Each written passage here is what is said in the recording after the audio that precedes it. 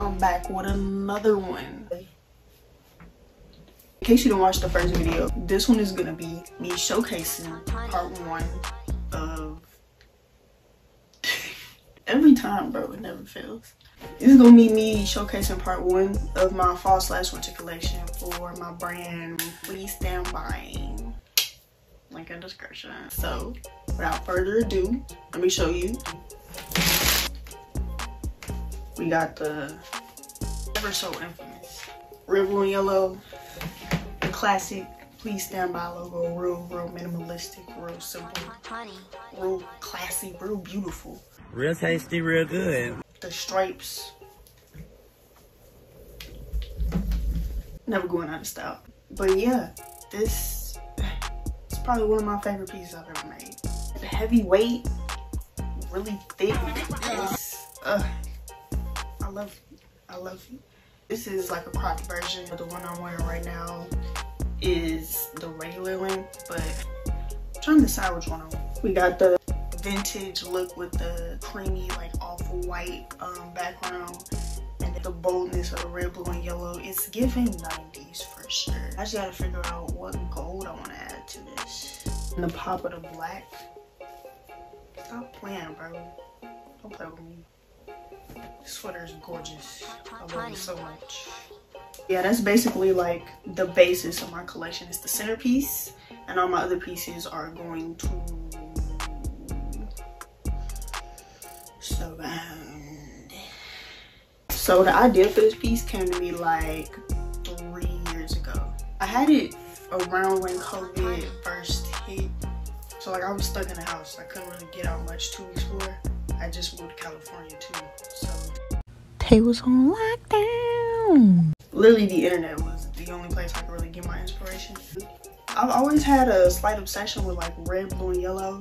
Some of my past pieces showed that. This is kind of just, you know. And then what really got me more solidified in the idea was this polo shirt I seen, and I just really like the variation of stripes along with the colors, because usually you only see different color stripes. They for the most part be the same size. This shirt, hard. But the idea further evolved when Nike released that Cactus Jack collab. It was like the off-white cream color polo. That shit was so hard. But that just another step in this collection as far as like the vibe I wanted to give. Really just modern vintage kind of feel. And then they added the red and yellow buttons. And then another step, literally all my ideas just be when New Balance released I think it was the Amy Leon Doors. I'll definitely probably pronounce that wrong, but some bitches was wrong. This just adds to the whole like modern vintage feel. The second to last, and I know I got a lot of inspirational things as far as the idea for this sweater went. So I got my clothes featured in the store on Melrose. Like, it's gotta be like 2 years ago, because this was on COVID. It was still hitting and real hard. So hard that he had to close. Depressing. But basically, I got my clothes in there, and the owner was like, these pieces is hard. Like, buying these bitches up. I almost had to hire like a second seamstress type shit, but he was just telling me like, oh, your shit remind me of like Carl Kanai, Crisscross, and at the time I didn't know who the fuck those people were. Come to find out, they were black designers, and they were black designers specifically in the 90s. Like Will Smith and Prince of Bel-Air was rocking this shit. Tupac, like if I was a designer back then, that would be my vibe. Like that's just everything's just full circle. I'm sorry for the crackhead. The crackhead is bussin'. And then the last thing was Guess, as far as like the logo goes. At first I was just gonna drop it without the logo, but it's just so classy looking. Like I love it. I love it so much. I have like a pack of logos specifically with my logo. It's like a bunch of different fonts, a bunch of different vibes, but they're all like Please Stand By. And This one is specifically for when I drop my luxury pieces, which if you go on my website, you can see that I got one of them out. It adds that classy element.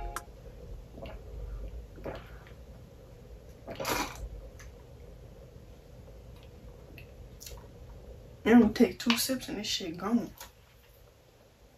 Now, for this piece specifically, the plan / design and the create all had to be combined because I had to have this piece actually made, like with a machine, by a manufacturer. Because who the fuck was about to be sitting here knitting 12 GG worth of sweaters in 5 different colors?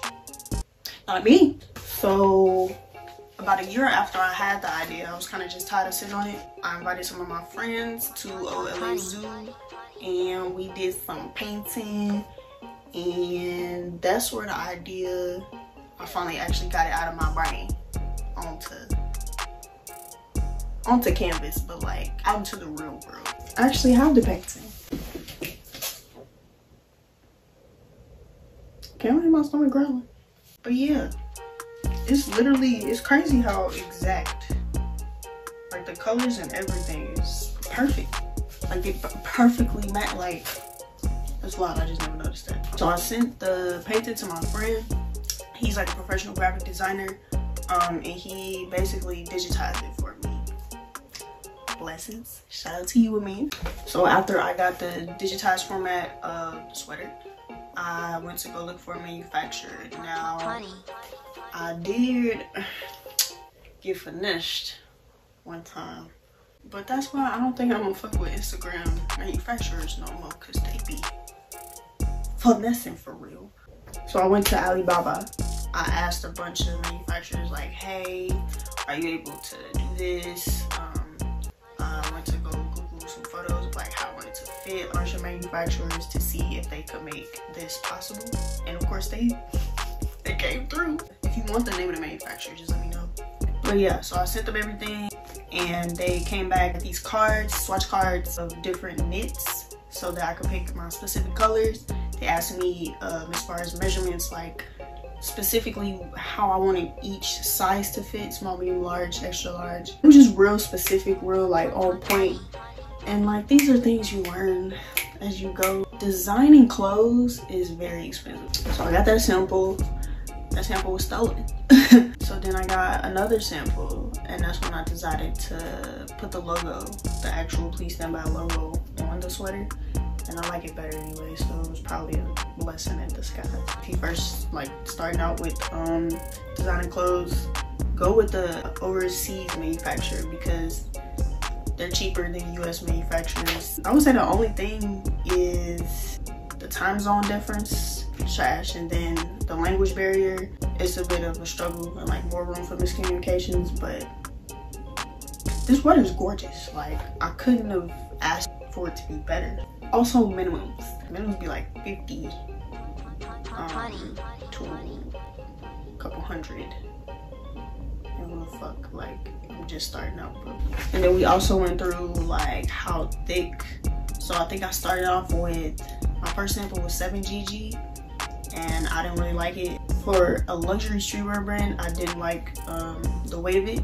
So I had them go from 7 GG to 12 GG, and I like it way better. It's a thicker knit, it's heavier, it's just more expensive feeling. GG, if you don't know, is in the knitting world, if you knit, it basically means like the gauge, the width, the circumference of whatever thread they're using. Thread, do they call that thread in knitting? What the fuck do they call it in knitting? Don't matter. I don't knit. Yeah, that's pretty much where the centerpiece, the whole idea for this collection in general came from and how I got it done. So next week, part 2, I'll be showing you how, well actually, I'll show you what the fuck I'm done. Boy, you wanna know? Stay tuned. Just come back and I'll be showing you part 2 of the collection.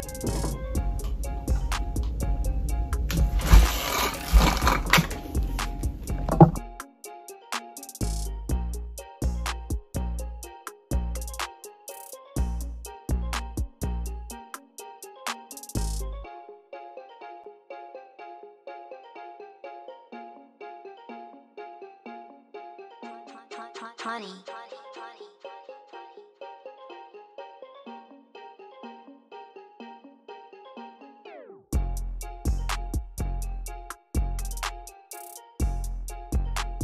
I like to call this little number striped sweater. The best time to wear a striped sweater is all the time.